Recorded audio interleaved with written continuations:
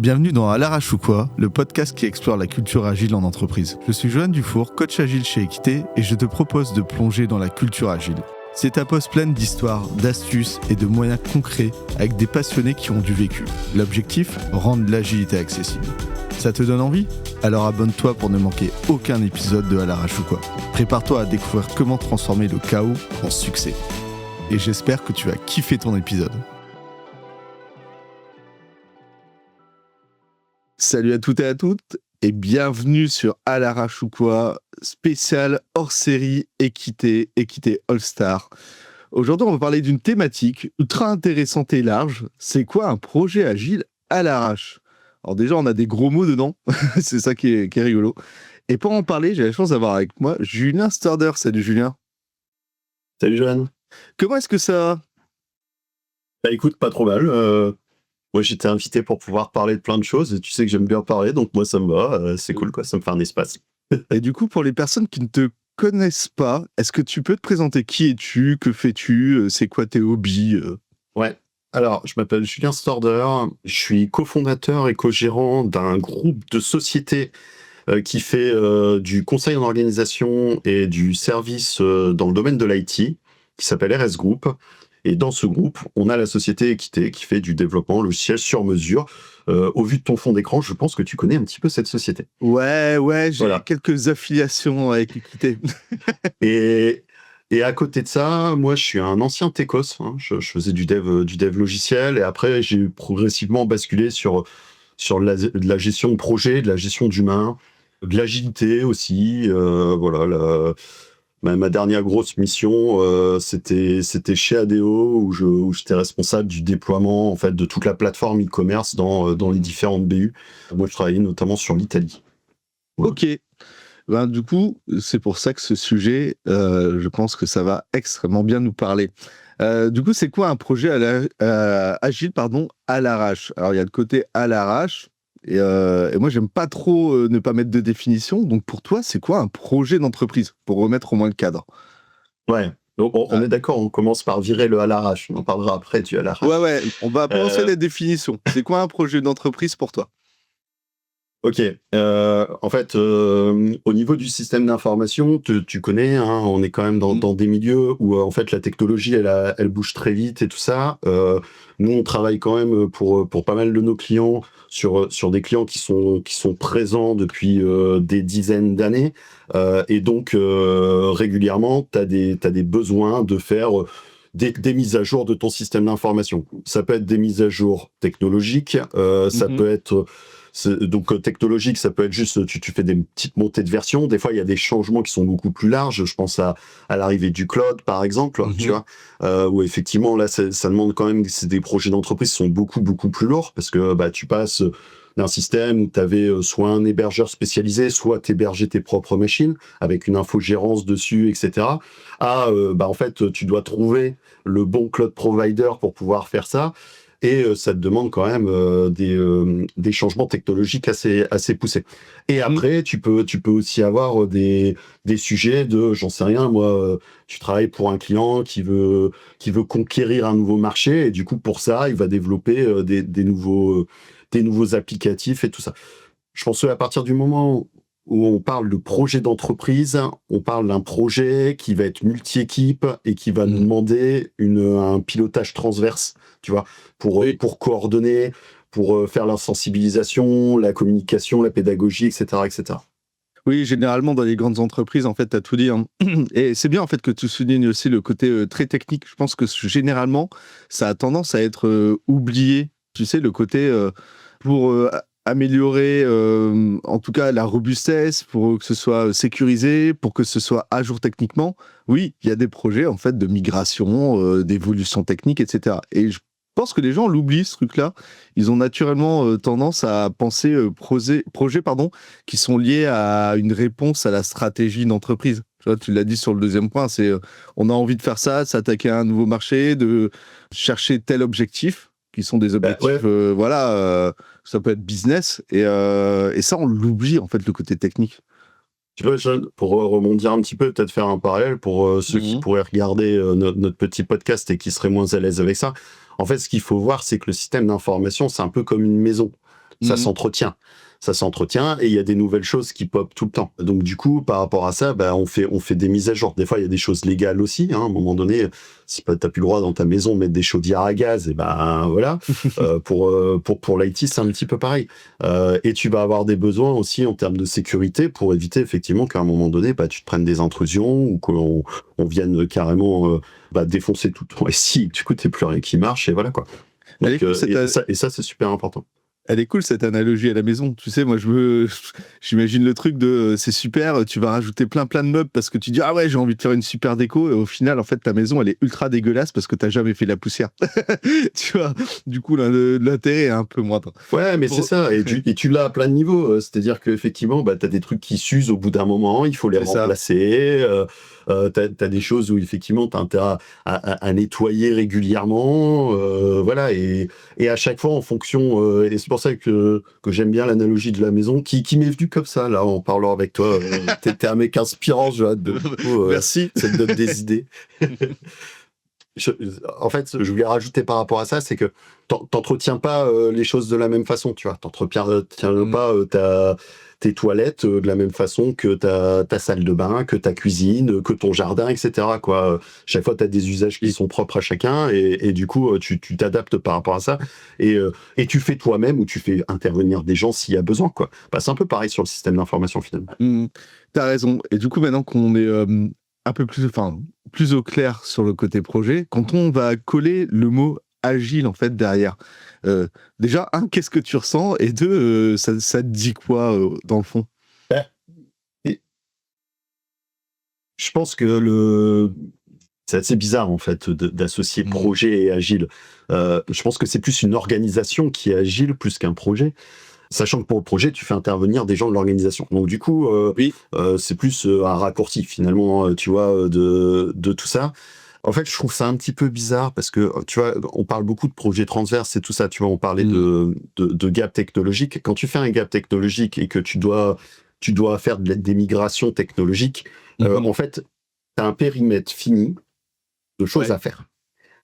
Donc, aller faire de l'agile là-dedans, alors on pourra reparler de l'agile après si tu veux qu'on débatte de qu'est-ce qu'on met derrière l'agilité. Et je pense que t'es mieux placé que moi pour en parler. mais en réalité, moi je trouve ça bizarre en fait. Tu peux pas, pour moi, quand tu as un périmètre fini, tu peux le découper si tu veux pour faire des petits morceaux par morceau. Tu peux mettre en prod rapidement pour aller tester, etc. Et tu peux du coup changer un peu de trajectoire en fonction d'eux. Mais tu vois, pour moi, l'agilité, elle se prête beaucoup plus sur la vie d'un produit, soit en production, soit la construction de zéro d'un produit. Alors, la construction de zéro, c'est encore mieux parce qu'effectivement, là, tu as tout à faire. Donc là, tu peux vraiment y aller, étant donné que tu n'as rien en prod. Voilà. Là, la problématique dont on est en train de parler, nous, c'est plutôt, tu as un SI en production, d'accord, qui tourne, qui permet à une entreprise de faire de l'argent, ou autre, enfin, ça dépend des besoins des différents applicatifs. Et en fait, on est en train de se dire, il faut que tout ça continue à marcher en prod comme avant, parce que sinon, voilà, c'est problématique. Et à un moment donné, il faut qu'on arrive à ça. Et on sait exactement ce que c'est ça. Oui. Donc, partant de là, la notion d'agilité, elle est quand même un peu limitée.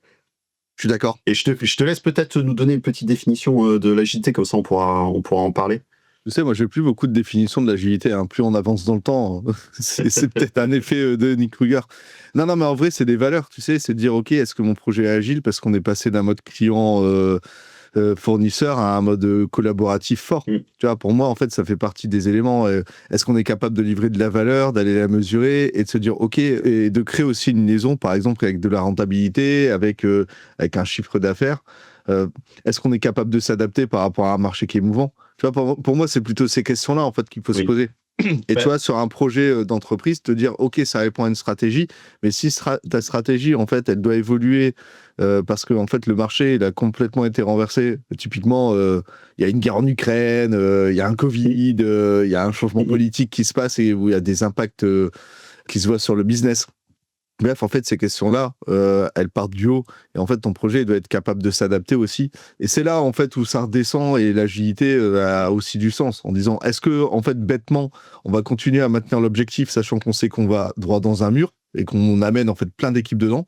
ou alors on est capable de réajuster, de dire ok, voilà, qu'est-ce qu'on est capable de faire pour pouvoir réajuster la rentabilité. Tu vois, moi, ma perception qui est assez large, parce que pareil, on pourrait discuter des années de ce sujet-là, ce serait plutôt ça. Ouais. Et après, tu as l'agile opérationnel. C'est est-ce que ton équipe, par exemple, est capable de faire de l'amélioration continue sur une échelle très locale et de la diffuser peut-être sur son environnement périphérique. Et ça, c'est c'est encore d'autres choses.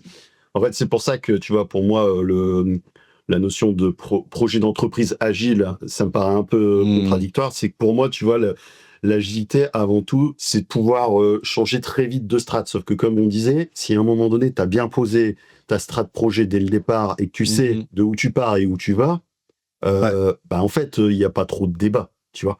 Je suis d'accord. Il y aura des variations, hein, surtout sur des projets complexes qui peuvent embarquer des centaines de personnes. À un moment donné, forcément, il va y avoir des aléas, il faudra rebondir, etc. Mais ce que je veux dire, c'est que c'est pas l'agilité qui va permettre ça. Et si on veut vraiment pousser de l'agilité, tu vois, pour moi, c'est plutôt de se dire, ok, je suis en capacité de mettre des choses en prod très très vite. Comme on disait, quand tu remplaces un gros bout de SI, à un moment donné, tu peux peut-être pas te permettre de faire ce genre de choses, ou du moins c'est limité. Et en plus de ça, effectivement, comme t'as pas, tu sais là où tu vas et ça bougera pas, cuite de l'agilité là-dedans. Par contre, effectivement, et ça c'est ce que je disais, c'est que par contre l'organisation en soi peut être agile. C'est-à-dire que tu vois, on parle beaucoup en ce moment d'organisation produit, tu vois. D'où le fait que justement t'as des projets qui vont travailler avec plein d'organisations produits différents pour pouvoir faire un projet global qui ait du sens.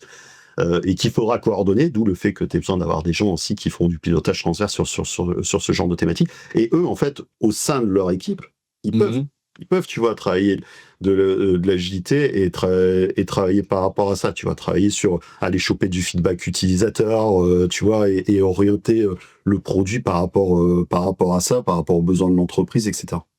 Tu vois, je suis assez d'accord avec toi, en fait, sur le côté le projet agile, ça n'a pas beaucoup de... En fait, en réalité, projet agile, ça n'a pas beaucoup de sens parce qu'en fait, c'est les compétences et la culture de l'entreprise, donc de l'organisation, en fait, qui doit être agile, donc être capable de s'adapter, d'aller chercher de la valeur, de prioriser correctement, etc.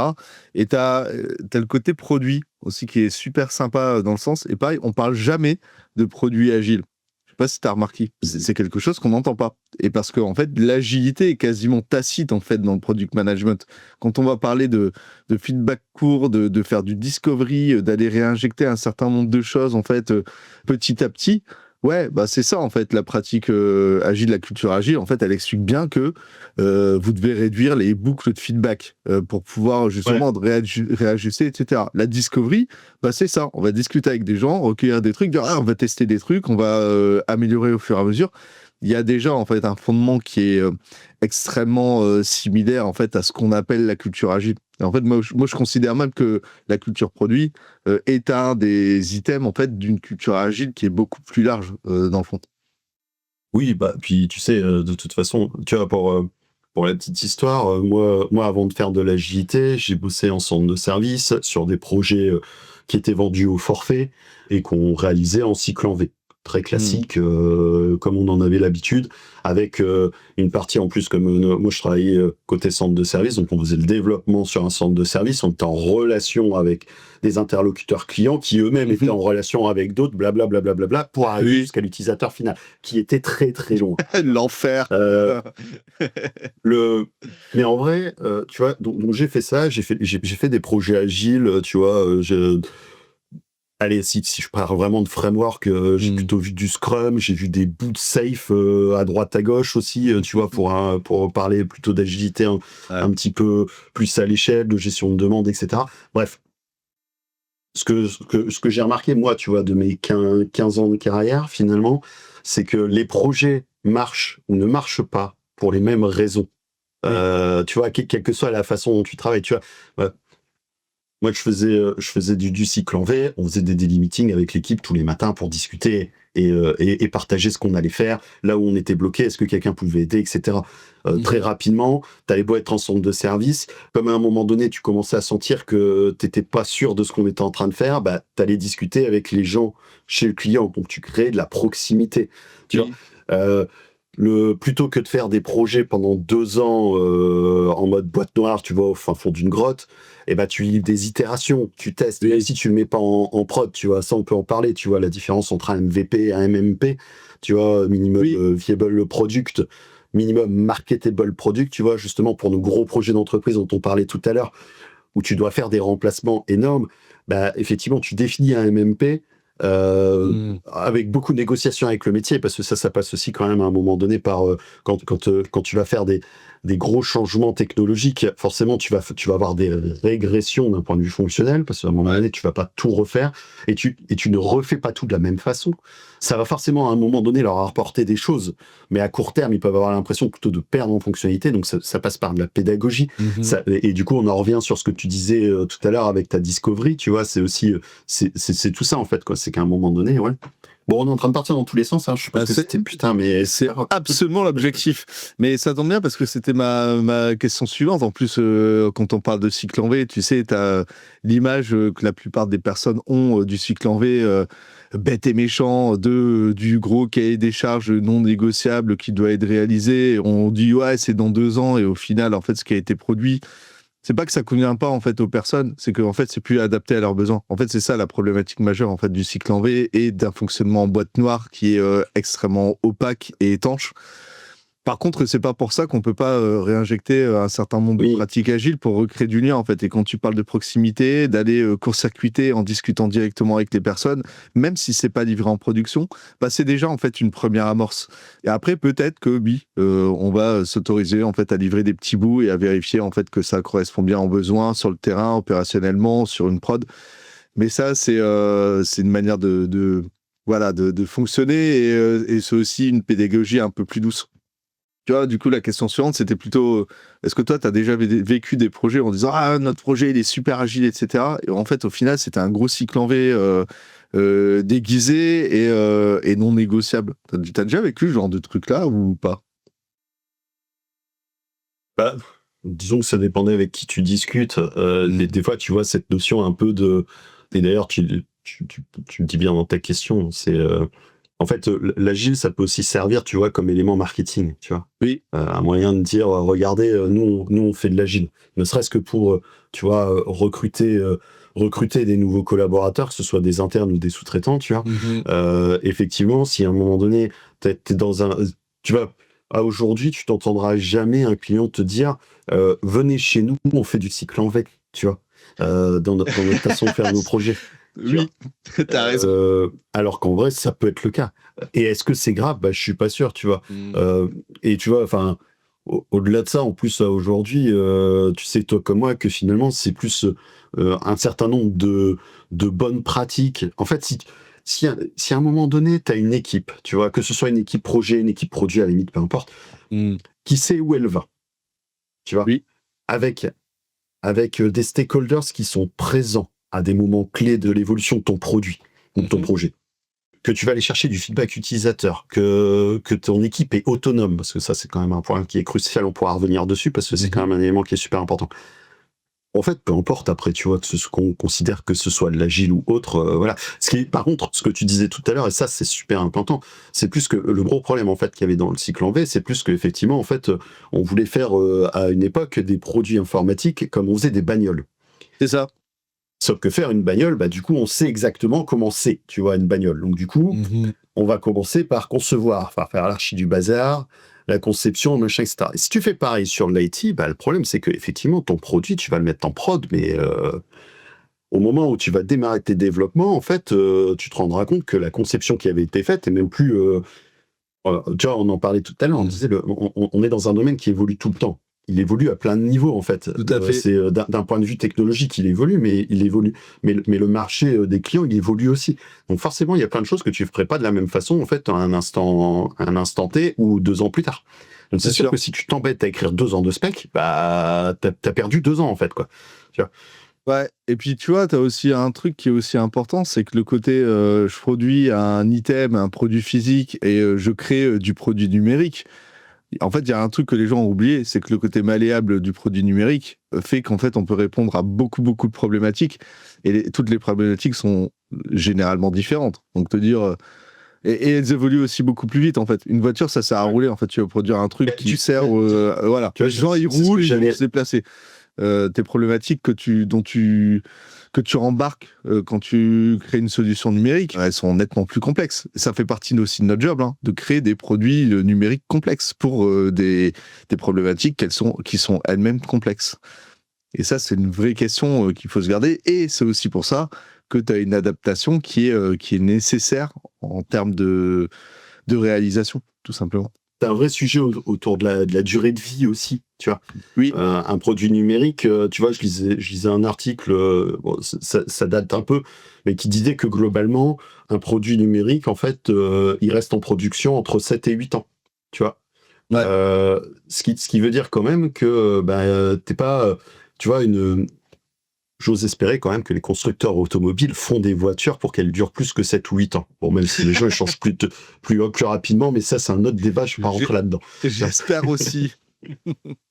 Ah oui, non, mais t'as raison, en fait, le côté durabilité, et puis tes problématiques, en fait, elles évoluent. Quand tu traites un problème, à un moment donné, en fait, ça évolue. Alors que ta voiture, au final, en fait, si tu veux la garder 20 ans, le principal, c'est qu'elle t'amène d'un point A à un point B. Oui, et puis après, c'est pareil, tu vas la retaper quand même. Mais tu vois, le truc, c'est qu'effectivement, tu mets pas le même effort si tu te dis que tu veux la conserver 7 ou 8 ans ou si tu veux la conserver 20 ou 30 ans. Tu vois. Et ça, c'est aussi quelque chose à avoir en tête quand tu fais des produits informatiques. Et pour revenir en fait sur ce que tu posais comme question, tu vois, moi j'ai eu la problématique quand j'ai bossé avec des BU en dehors de la France. Hein, du coup, j'avais une organisation, tu vois, centrale en France qui construisait le produit qu'on allait déployer, d'accord, dans une BU qui avait son propre SI avec sa DSI, etc. Et il y a des gens en fait dedans qui m'ont posé la question, qui m'ont dit mais Julien, je comprends pas. Là, le projet tel que vous le menez, il est pas agile. Bah non, le projet n'est pas agile. Enfin, on prend une plateforme e-commerce, on la déploie, il y a des étapes à suivre, il y a un certain nombre de choses. L'agilité là-dedans, elle est quand même relativement mince sur le projet en tant que tel. Par contre, ça ne veut pas dire que la construction de la plateforme, des produits qui sont à l'intérieur de ça, n'ont pas une organisation agile, parce que c'était carrément le cas pour le coup, tu vois. Exactement.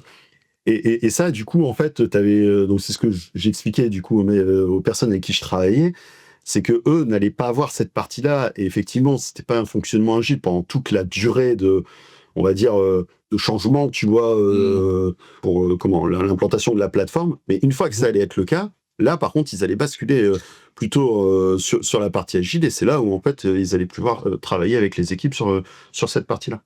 Ouais, et puis tu as plusieurs niveaux de lecture. Donc, on en revient sur organisation agile et projet transverse, tu vois. Encore une fois, hein, c'est une histoire de lecture et de niveau. Hein. Typiquement, le côté agile, par exemple, en tout cas sur ce genre de fonctionnement-là, projet, tu as le côté, on va revenir dessus, hein, sur le côté rapidement, parce que ça va vite, côté autonomie, côté engagement, mais aussi un autre truc qui est extrêmement important, c'est le côté amélioration continue. Parce que là, en fait, dans tous les cas, même si c'est quelque chose à poser de manière assez rigide, en fait, c'est pas pour ça que tes équipes, en fait, elles peuvent pas amener de l'amélioration continue, des feedbacks pour pouvoir justement encore plus rendre robuste et efficace la manière de faire les choses.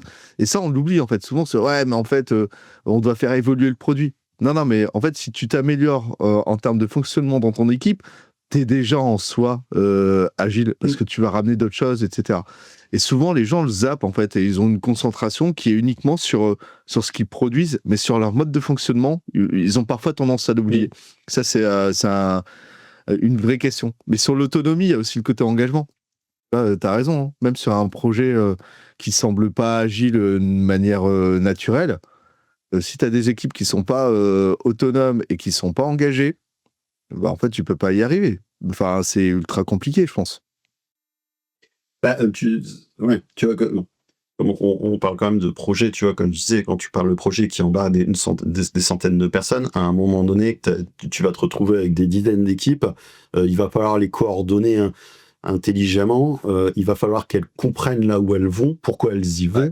Il faut que du coup tu aies un appui aussi, parce que en fonction des organisations, t'as pas toujours la chance non plus d'avoir le pouvoir sur les équipes, tu vois, d'un point de vue hiérarchique. Hein. Donc du coup, si tu commences à avoir une personne en transverse, qui avait pu être mon cas, tu vois, dans mes précédentes expériences, t'es transverse, tu dois faire avancer ton projet, embarquer tout le monde mais en fait, chaque équipe est dans des directions avec des patrons, des machins, etc.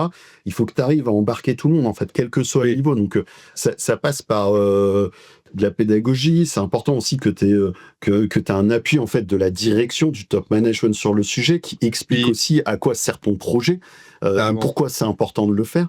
Tu vois, il faut faire la conduite du changement avec tout le monde, tu vois, les gens qui vont intervenir dessus, les gens qui vont le subir, tu vois. Quand tu vas avoir des métiers et que tu leur dis, bon, les gars, voilà, on arrive dans une phase critique, il va falloir qu'on fasse des changements technologiques. Globalement, ça va nous prendre 2 ans. Pendant 2 ans, vous n'aurez pas de nouvelles fonctionnalités métiers. Il faut qu'ils arrivent à le comprendre, quoi. En leur disant, ah, vous en faites pas, après on pourra réaccélérer et puis on fera machin, etc. Oui, tu vois, cette conduite du changement, elle est super, super importante, quoi. Carrément. Et tu sais, il y a aussi un problème. La culture agile, généralement, les gens en fait pensent que c'est loin en fait du change, ce qui est complètement idiot parce que c'est extrêmement lié. Ça, faut bien le préciser. C'est ultra important de le dire. En fait, c'est pas du tout des choses qui sont séparées. Au contraire, en fait, c'est complémentaire de fou. Pour terminer sur cet épisode, est-ce que tu aurais 3 mots-clés pour faire un projet qui serait réellement dans un fonctionnement agile pour toi? Si tu as 3 mots-clés à garder, ce seraient lesquels? Autonomie. Parce qu'à un moment donné, si tu as une équipe qui est en dépendance de tout le monde, bah, tu vois, je pense que elle a beau tenter la meilleure agilité dans son mode de fonctionnement, ça ne changera absolument rien parce qu'elle pourra pas faire grand-chose toute seule. Carrément. Donc, autonomie, pour moi, c'est super important. T'en as parlé tout à l'heure, amélioration continue, hein, tu vois, rester vraiment dans ce truc-là. Enfin, s'il y a un seul truc à retenir de toute façon de l'agilité, c'est ça. C'est voilà, c'est de se dire, ok, peu importe notre niveau, tu vois, de maturité sur de la productivité, sur les processus, etc. On part toujours dans un principe de on peut s'améliorer. Donc du coup, c'est important d'être dans cette démarche-là et de toujours se dire, ok, comment on peut faire pour s'améliorer. Et ce qui est intéressant, c'est que tu vois, c'est des choses, tu vois, qu'on retrouve pas dans d'autres types de métiers, mais chez nous, dans l'informatique, c'est vachement présent. En fait, ça retire aussi tout le côté de, il s'est passé ça, c'est bien ou c'est pas bien, ou t'as bien ou mal fait ton job. En fait, on n'en est plus là. On est plus en train de se dire, ok, voilà le constat, voilà l'état des lieux. Comment on fait pour faire mieux? Point. Voilà, il n'y a pas de débat, en fait. On cible pas les gens, etc. Tout à fait. Donc, autonomie, il m'en manque un, du coup. Amélioration continue. Et allez, on va parler prod un petit peu. Donc, je dirais time to market. Tu vois, gros sujet de se dire, il faut essayer de réduire ton time to market pour aller le plus vite possible en production, capter, et puis comme ça, derrière mon time to market, j'englobe plein de trucs, feedback utilisateur, clac, tu vois, tu réorientes en fonction des besoins, etc., etc. Mais c'est vrai que c'est un indicateur en fait qui est souvent mal ou sous-utilisé en fait, le time to market, et pourtant il est extrêmement important parce que c'est ce qui va vous permettre de dire oui, en fait on est agile parce que notre time to market il est extrêmement réduit, ou on est capable en plus de le réduire. En fait, c'est aussi ça la grande question. Tu vois, j'ai une anecdote sur ça justement d'une équipe avec laquelle j'ai pu travailler à une époque. Qui se prétendait agile et qui avait retiré, tu sais, de son DOD, donc Definition of Done, donc quand est-ce que tu as terminé, qui avait retiré un truc parce que ça les embêtait, parce que ça polluait leur graphe et tout ça, qui était la mise en prod. Et pourquoi ils avaient ils avaient retiré ça? Parce qu'en fait, ils avaient un goulot d'étranglement sur les tests.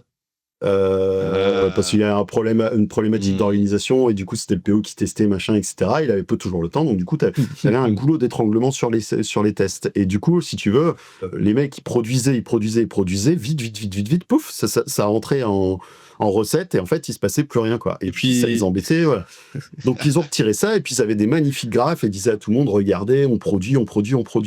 Ouais, d'accord, mais pour l'utilisateur final, quelle valeur t'as produit? Rien du tout, en fait. Rien, ils sont jamais livrés. Ah, mais t'as raison. Et puis, tu sais, c'est un indicateur à la con. C'est dire, est-ce que t'es capable, en fait, de fournir ta solution à l'utilisateur de manière régulière? Je veux dire, en fait, pour nous, ça nous paraît tellement basique qu'on n'est pas obligé de le répéter. Mais en vrai, il faut le répéter, ce truc-là. C'est un peu fou, quoi. Et tu vois, ce que je trouvais intéressant aussi pour avoir bossé avec eux, du coup, sur ces sujets-là, tu vois, à l'époque, moi, j'étais Scrum Master d'une autre équipe, et du coup, je discutais avec les mecs qui m'expliquaient ça, et je leur disais, mais les gars, peut-être qu'il faut voir les choses différemment, en fait. Garder la mise en prod dans votre DOD. Et justement, en fait, le fait que ça fasse apparaître cette problématique de... travaillez dessus avec votre organisation, parlez-en avec la personne concernée, essayez de voir si à un moment donné on peut pas changer les choses, j'en sais rien, moi, avoir un testeur en plus, tu vois, travailler différemment, etc. Peut-être bêta-tester des choses, j'en sais rien, tu vois, tu mets en place du blue-green deployment, et puis si le PO il a pas de temps de tester, tu fais tester tes utilisateurs en prod, tant pis, tu vois, voilà, ça se fait, tu vois. Pas sur 100% de ton trafic, histoire de pas tout polluer non plus, mais tu vois, tu vois, des solutions, il y en a, c'est ça que je veux dire, tu vois, et du coup, c'est important, tu vois, de rester sur un truc où, en fait, t'as vraiment cette vision 360. Et effectivement, la valeur, à un moment donné, c'est ce que tu vas mettre en production et qui sera utilisé par les gens. Pas est-ce que toi, t'as fait correctement ton job et tu passes rapidement à la suite, quoi. Exactement. Et sur ces belles paroles, je pense qu'en fait, on peut terminer là, pardon. Et on aura... Moi, j'ai encore envie d'en faire 10, parce que j'ai compté. C'est ce que j'allais dire, on aura d'autres sujets à traiter. De toute façon, on est sur notre lancée. 2025, c'est bientôt la fin. 2026, c'est encore beaucoup de choses. Et puis 2027, tout ça. Bref, merci beaucoup, Julien, pour ta participation. C'était ultra plaisant. Merci à toi, Joanne. Et on se dit à très, très vite. Ciao, ciao. Ciao. Merci d'avoir écouté À l'arrache ou quoi. Si tu as aimé cet épisode, abonne-toi et lâche ton meilleur com sur LinkedIn. À très bientôt pour un nouvel épisode sur la culture agile en entreprise. Ciao, ciao.